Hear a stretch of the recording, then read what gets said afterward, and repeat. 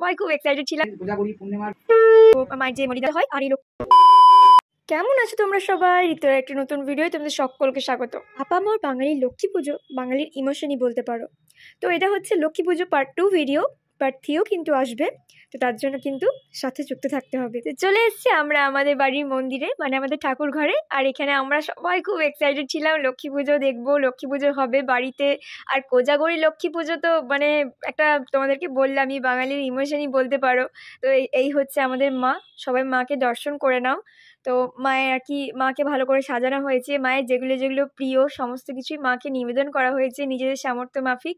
তো এখানে কি কি আছে দেখতেই পাচ্ছ বন্ধুরা। আখ থেকে শুরু করে, তিলের নাড়ু থেকে শুরু করে, সন্দেশ থেকে শুরু করে, লাড্ডু থেকে শুরু করে, কলা থেকে শুরু করে, শসা থেকে শুরু করে, নারকেল থেকে শুরু করে, আপেল থেকে শুরু করে সমস্ত কিছু। আর এই তো আমাদের বাড়ির পুরোহিত মশাই চলে এসেছেন। আমাদের পুরোহিত লাগে না, আমাদের বাড়িতেই পুরোহিত আছে, মানে আমার শ্বশুর মশাই আর কি আমাদের বাড়ির লক্ষ্মী পুজো থেকে শুরু করে সমস্ত কিছু। তোমাদের একটা কথা বলে রাখি বন্ধুরা, এখানে শাশুড়ি মাকে তোমরা চেয়ারে বসে পুজো দেখতে দেখছো, তো অনেকেই কমেন্ট করতে পারো যে মাটিতে বসে ঠাকুরের পুজো দেখতে হয়। তো তোমাদের বলে রাখি যে আমার শাশুড়ি মায়ের দুটো হাঁটুই প্রায় ক্ষয়ে গেছে, নষ্ট হয়ে গেছে, তো সেই জন্য আর কি মাটিতে একেবারেই তিনি বসতে পারেন না।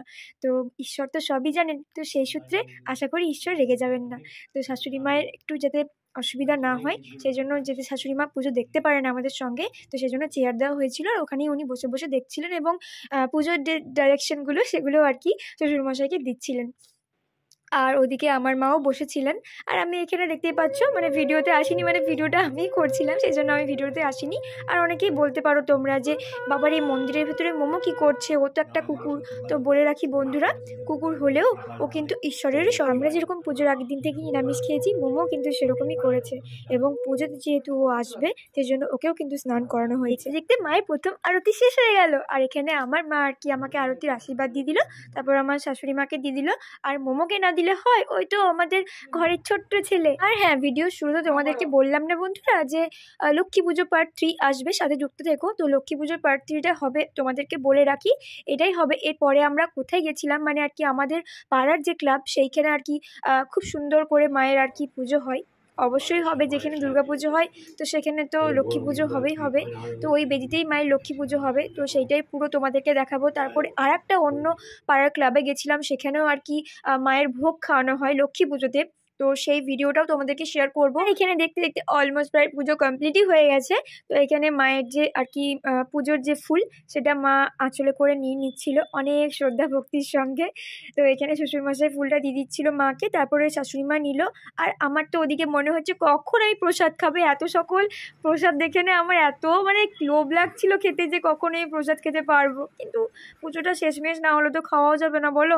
তো যাই হোক, আমি দেখো এখানে নমনম করছি, মাকে নমনম করে নিলাম। আশ্বিনের কোজাগরি পূর্ণিমার ভিতর কেউ না জ্বালিয়া বাতি তা সবার ঘর।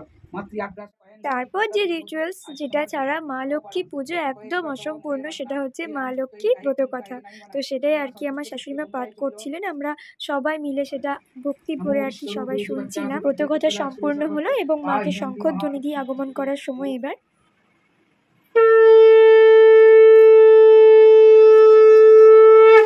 জয় মা। সেই সকল মানুষদের সব থেকে প্রথম ভালো উচিত তাদের সত্যিকারে যারা খুব অসহায়। আর এদিকে দেখো মোমো কিন্তু আমাদের সঙ্গে শঙ্খ বাজাচ্ছে। তোমাদের বললাম কি যে মোমো কিন্তু খুব ভালোবাসে, এই ঠাকুর পুজো সবাই থাকবে, ও কিন্তু খুব ভালোবাসে। তো এখানে দেখো শঙ্খ বাজানো শেষ হয়ে গেল, শঙ্খটা এখানে ধুয়ে নেওয়া হচ্ছিল।